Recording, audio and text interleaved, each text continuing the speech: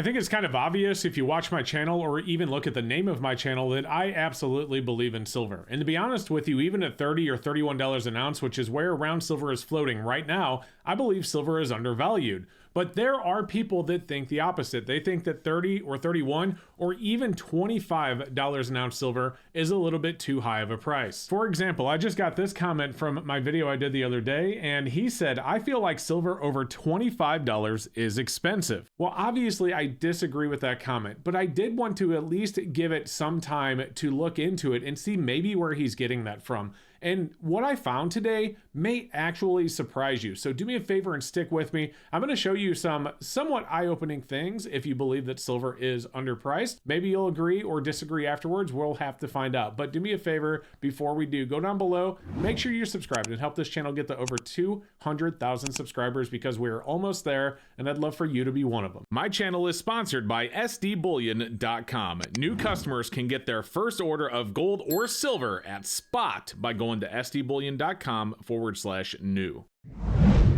All right, so I wanted to do this by looking at the buying power of silver and compare it to the last year that the US put silver in its coinage. In other words, the last time we used silver as money, and that goes back to 1964. So what I did is I went back to 1964 and I looked at the silver price, and it looks like the silver price in 1964 was sitting around $1.30 an ounce.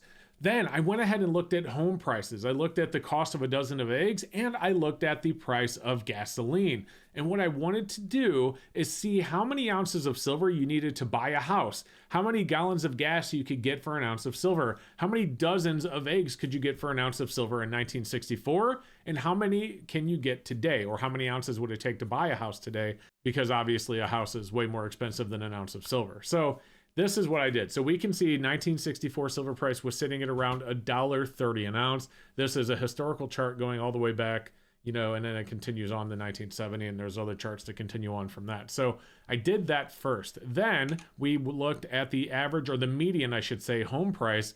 And the median home price in 1964 was $18,900. Man, don't you wish that you could get a house for $18,900 today? It'd be wonderful. But unfortunately, that number is way different today, because if you look at the median home price today, it is around $385,000. That is a huge, huge difference from the $18,900, as you can see right here. So now that I have that data, I did this. I looked at how many ounces of silver it cost to buy a house in 1964. And if you look at this, you can see in 1964, with silver at $1.30, a house at $18,900, it would take 14,538 ounces of silver to buy a house. Now in 2024, the house median is around 385,000. An ounce of silver is around 3070. I know the chart said 3080. It went up since I started making this, but you know, I started with 3070. That's what I'm doing it based off of. And you can see today, it would actually only take 12,540 ounces to buy a house today, whereas back in 1964, it would have taken 14.5. So silver's actually outperformed the price of housing, even though the cost of housing is so high up. Now, remember that guy said that he said $25 an ounce or more is expensive to him? Well, I also took a look at $25 an ounce, and you can see here that if we had silver at $25 an ounce with home prices at $385,000, it would take 15,400 ounces of silver, which is actually more than it would have taken in 1964. So maybe 25 is underpriced.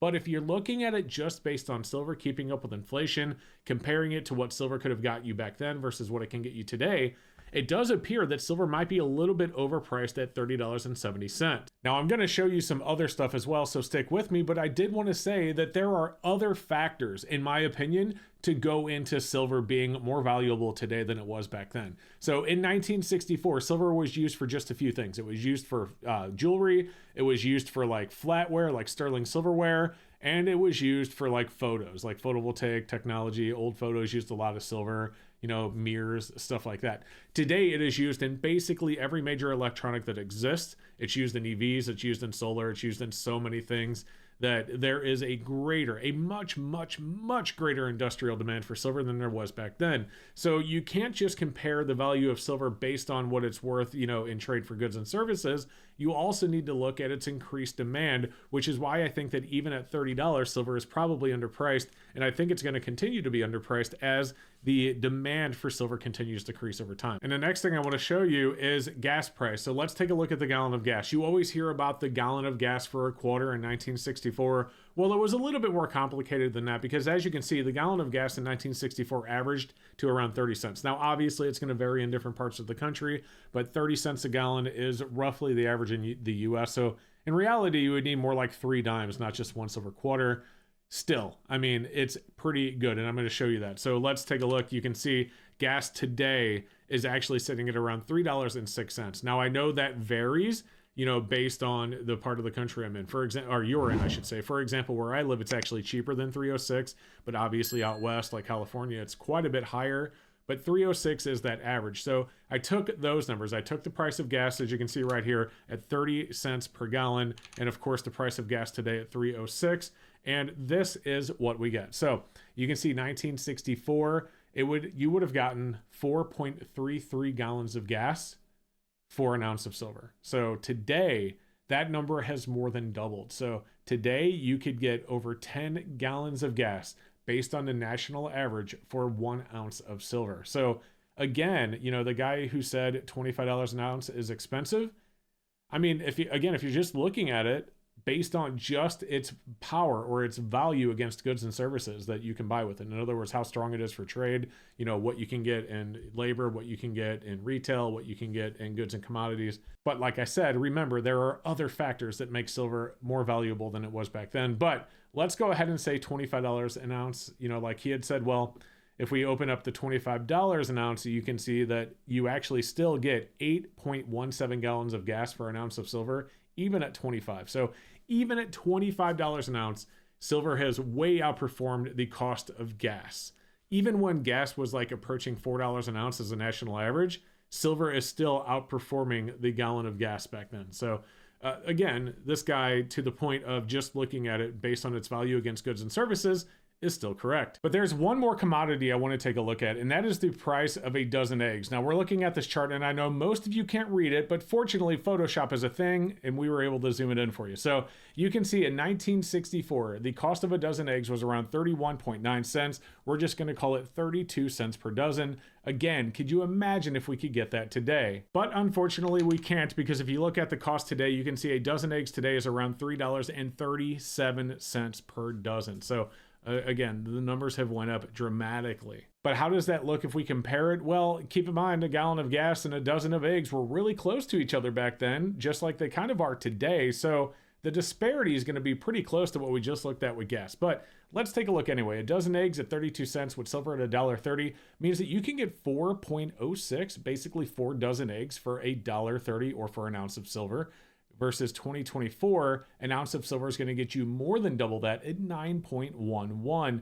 And then, of course, if we look at the $25 an ounce that the guy said he thinks is expensive, you can see that a dozen eggs is still going to be 7.42 dozen per ounce of silver, even at $25 an ounce. So just to kind of wrap this up here, it is true. Silver has actually outperformed the dollar going back to 1964, and it should have. We've always looked at silver as a hedge against inflation, as a way to protect your dollar. And sure, obviously, there's many things you could have put your money in that would have done way better. You could have put it into Bitcoin early. You could have put it into Tesla early. There's a lot of other stocks and other options that you could have put your money into that would have produced better gains. But if you're looking at silver just based on its ability to consistently hold its value over time, if you're looking at it as a savings account, it has done a very good job. And actually, in that guy's opinion, is even overpriced based on the fact that it is actually worth more now than it was back then in trades for goods and services. But like I said, it should be. It absolutely should be, because there is a greater industrial demand for silver. There is a bigger demand for silver in so many other industries that did not exist back in 1964. So for that reason, silver should be outperforming the dollar and not just keeping up with inflation. And I think silver is underpriced. I think silver should be $35, maybe even $40 an ounce today. But will it get there? I don't know, because again, I don't have a crystal ball. well, at least one that actually works and tells me the future. Let me know what you think, though. Put a comment down below. Do you think that he's right? Is silver overpriced? Do you think it's still underpriced? Are you still buying? Are you selling? Or are you just not interested in silver at all? No matter what it is, as long as it's a friendly comment, because there's some crypto guys out there that have been pretty nasty lately, but as long as it's a friendly comment, leave it down below and let me know. I would love to see it, and who knows, maybe I'll even get a chance to respond. So thank you again, guys. Do me a favor before you go. Don't forget to like and subscribe and help us continue to grow the channel. Like I said earlier, we're almost at 200,000 subscribers. I would love for you to be one of them. Other than that, have a great rest of your day, and we'll see you next time.